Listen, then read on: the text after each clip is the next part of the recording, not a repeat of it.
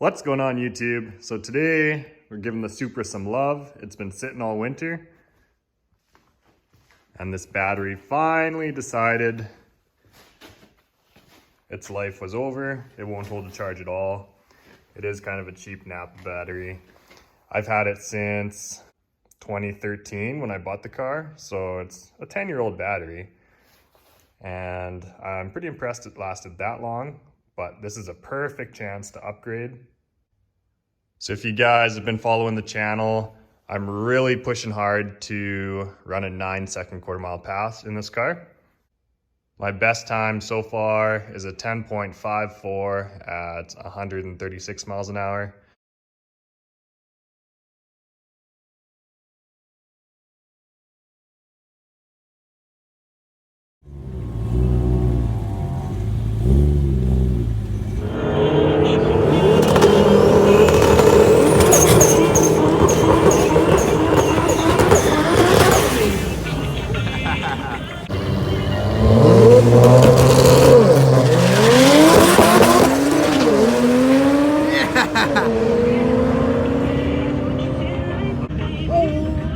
Oh shit, 1089.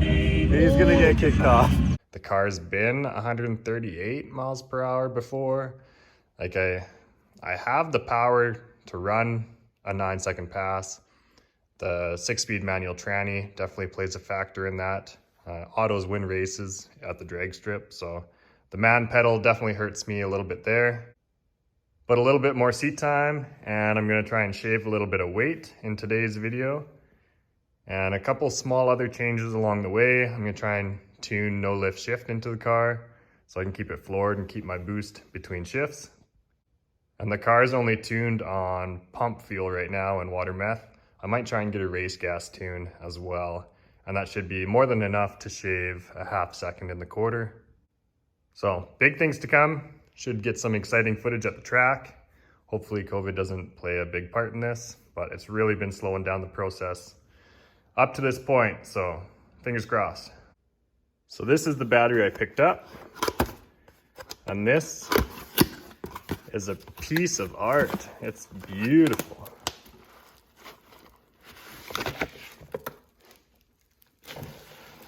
Probably one of the nicest batteries I've ever seen in person. And it weighs nothing. This weighs 3.8 pounds. That's what they advertise it as anyway. And I believe it just by lifting it up here. Yeah, check this thing out. You can lift it with 2 fingers. 680 cranking amps, which is very impressive for the size. This thing's tiny. And it has a built-in boost button. So it's smart enough to know if it's been sitting for a while, it'll put itself into sleep mode and still have enough power to restart itself. Very cool feature. And I really like that it has 4 terminals as well. So you can use this battery in a wide range of vehicles. This is fairly small. It is supposed to be a motorcycle battery, if you look at the case here. So I think it's more popular in ATVs, bikes, things like that. But at the bottom there, you can see it's great for race cars. So that's kind of what I'm going to be using it for. It's got more than enough cranking amps to start the Supra. Supra starts really easy, so I'm not worried about that. The only thing I'm worried about is the big stereo that I have in the car. I don't think I'd really want to be pumping 2 12-inch subs and a 1000-watt amp with this battery for too long, because I don't think it has a crazy reserve capacity. But most of the time, I usually have the music on a low volume or just listening to the car in general because it sounds great. So not really a big downside for me there, but just something to note. Just a quick look at the stereo that's in the car. So 2 12-inch JL dub zeros, the 1000-watt amp. So yeah, if you guys have any experience with lithium ion batteries and car stereos, like do they work well? Are they not really made for it? Let me know in the comments if you've had success running a small lithium battery with a decent sized stereo. But for the purpose of this video, I think we're gonna be taking all this out and getting rid of as much weight as possible for when we head to the strip. So I'm not sure how much the stereo weighs, but I'm sure it's not light, maybe another 60, 80 pounds there. And I got the spare tire under the stereo as well, so I'll be taking all that out. With the battery, we might be getting upwards of 150, 200 pounds, taking all this stuff out for the strip. So general rule of thumb at the strip, every 100 pounds is 1/10 of a second. So just with this weight reduction, I should be able to run a 10.3, maybe 10.4 on the high side. So we're getting really close to that 9-second mark. And just for fun, let's put this thing on the scale. We got it zeroed out right now.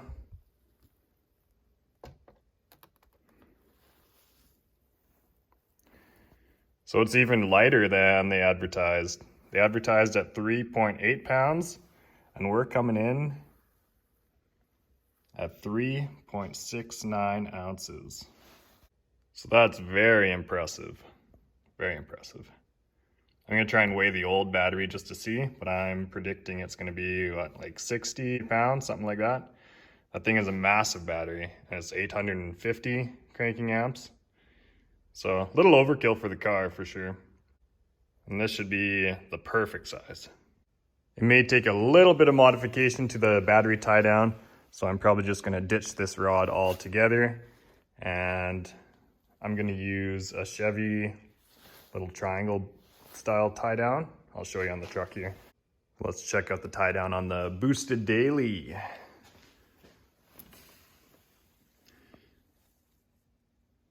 So that looks like pretty much the simplest style of tie down I could think of. Just drill and tap one little hole there and it should work. Get that big ugly rod out of the way on the Supra. Yeah, hands down, nicest battery you can buy on the market right now. I'll give Antigravity batteries credit where it's due. Like just everything about it. It looks sick and it'll suit the car perfectly. They're not cheap. Like this battery will run you about 400 bucks. But this size of battery was a lot cheaper than the proper size for the car. If you actually look up the same terminal design that's on the car right now, those batteries are 900 bucks, something like that, close to 1,000 bucks. So I'm just gonna modify the terminals a little bit and make this one work. So for a third the cost, I think it's worth a little bit extra time to modify it and save a little bit more weight. The actual anti-gravity batteries are around 10, 12 pounds, something like that, if you get the proper size for the Supra. So another 10 pound saving, I like that. So I got the battery popped out and we're gonna have a lot of extra space. Now we're gonna have to clean up my ballasts. They were just kind of hanging there. Didn't really see them before with the massive battery. This coolant tank now isn't really supported either, but we'll clean it up and shouldn't be too hard to make it look good. These terminals are just kind of generic, it looks like, so should be able to connect them to the new battery fairly easy. Just pop these guys off and let's see how the new battery looks in here. Probably hard to tell in the video, but this thing is tiny. Like it's so much shorter. Almost looks funny in there, it's so small. Really quick size comparison here. This thing's tiny.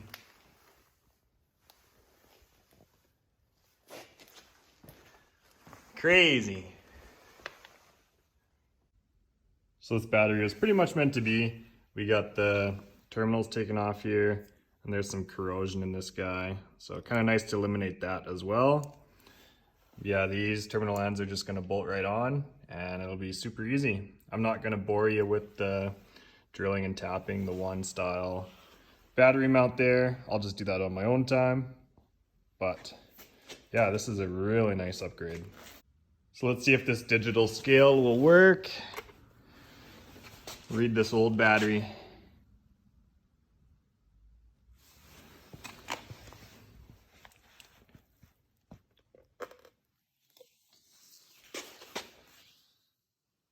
Well, not as heavy as I thought it was going to be, but just shy of 40 pounds. Well, the scale died there too, so not sure how accurate that was, but Still a decent weight savings, that's for sure. That scale is really old, and I had some corrosion in the little digital battery tray there, so not sure how accurate it is, but cool to compare the two anyway. So that's pretty much going to sum up this video. If you guys do want to check out this battery, I'll leave a link in the description below. Like I said, it is pretty sick. I think it is worth the money if you want to go that route. Not a lot of action in this video, but like I said, this is basically just a teaser video. Tell you guys what's to come in the future. So stay tuned, and I'll catch you in the next one. Cheers, guys. Okay.